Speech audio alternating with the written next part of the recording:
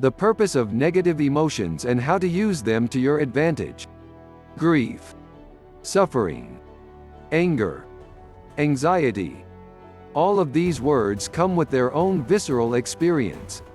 Even seeing them on the screen, you can feel the punch in the gut, the struggle for air, the adrenaline coursing through your veins, and the weight on your body that feels like you're walking through quicksand. As people, we become averse to these emotions. We run from them, avoid them, and stuff them until we can no longer hide them from ourselves, and even then, we seek the answers of Zen to take these nightmare-making emotions away as fast as possible. But what if I told you that negative emotions are actually good? Okay, maybe not good necessarily, but useful and important.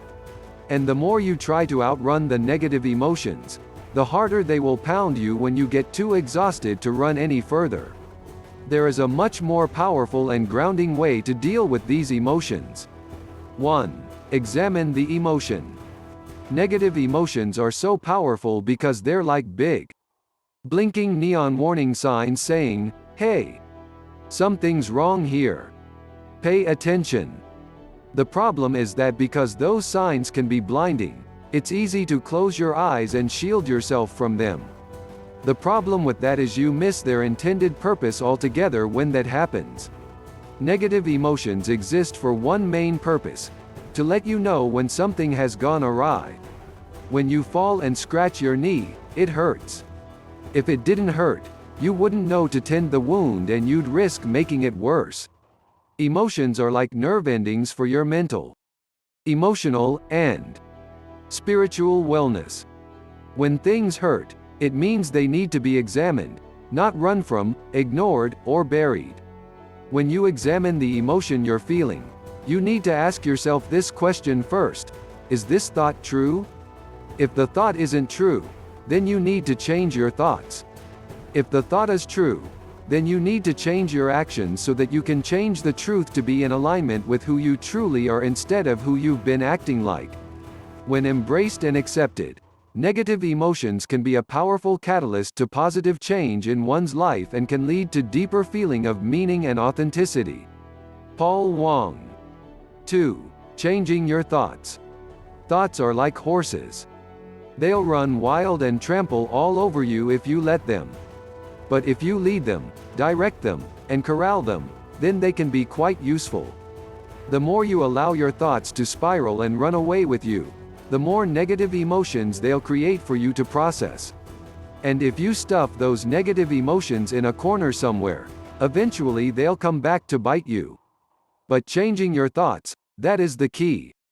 When we talk about changing your thoughts, we're not talking about distracting yourself with a better feeling thought.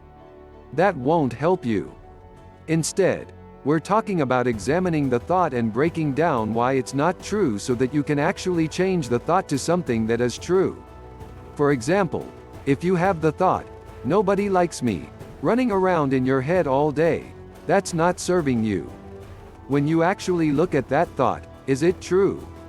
Probably not. Break it down as to why. You probably have a friend or two that like you. You may have a family member that likes you. There's that neighbor that tries to bend your ear every time you wave hello at the mailbox. You may have pets who adore you. So if it's not true that nobody likes you, what is true? Could you say, "I have people and animals in my life who value me"? Or how about, "The relationships I have are ones where I'm cherished"? Or even this one, "I am liked by some people"? Notice, you're not trying to go to the other extreme and say, "Everybody likes me." That wouldn't feel true, and your subconscious mind would immediately kick it out. But if you can reach for something that's more true, that you can show yourself as accurate, that allows you to actually change your thoughts. 3. Changing your behavior. Sometimes when looking at a thought, it's going to feel like a sucker punch because the thought is true in that moment. But that doesn't mean it has to be true forever. It's in that moment that you get to make an important decision. Are you going to live according to a truth that you don't want to experience, or are you going to change your behavior to live in alignment with the truth you desire? It's a confronting choice because changing your behavior requires you to make new conscious decisions. You have to examine, what are the thought patterns that come up that perpetuate this cycle of behavior? Once you've identified those patterns of thoughts, you have to actively choose something else instead. Transformational meditation is one of the techniques that can help with this, but for now, watch the excuses that you'll use to keep yourself from living the aligned truth. Once you know what they are and get adept at talking yourself through them to take the action that you need to take, the new behavior becomes your default. And then you're free to make better choices, which will reduce your experience of negative emotions as a natural consequence.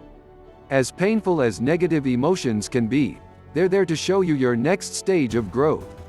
When you can see where the work needs to be done and you run toward it instead of away from it, you'll reduce negative emotional suffering and get to aligned living faster.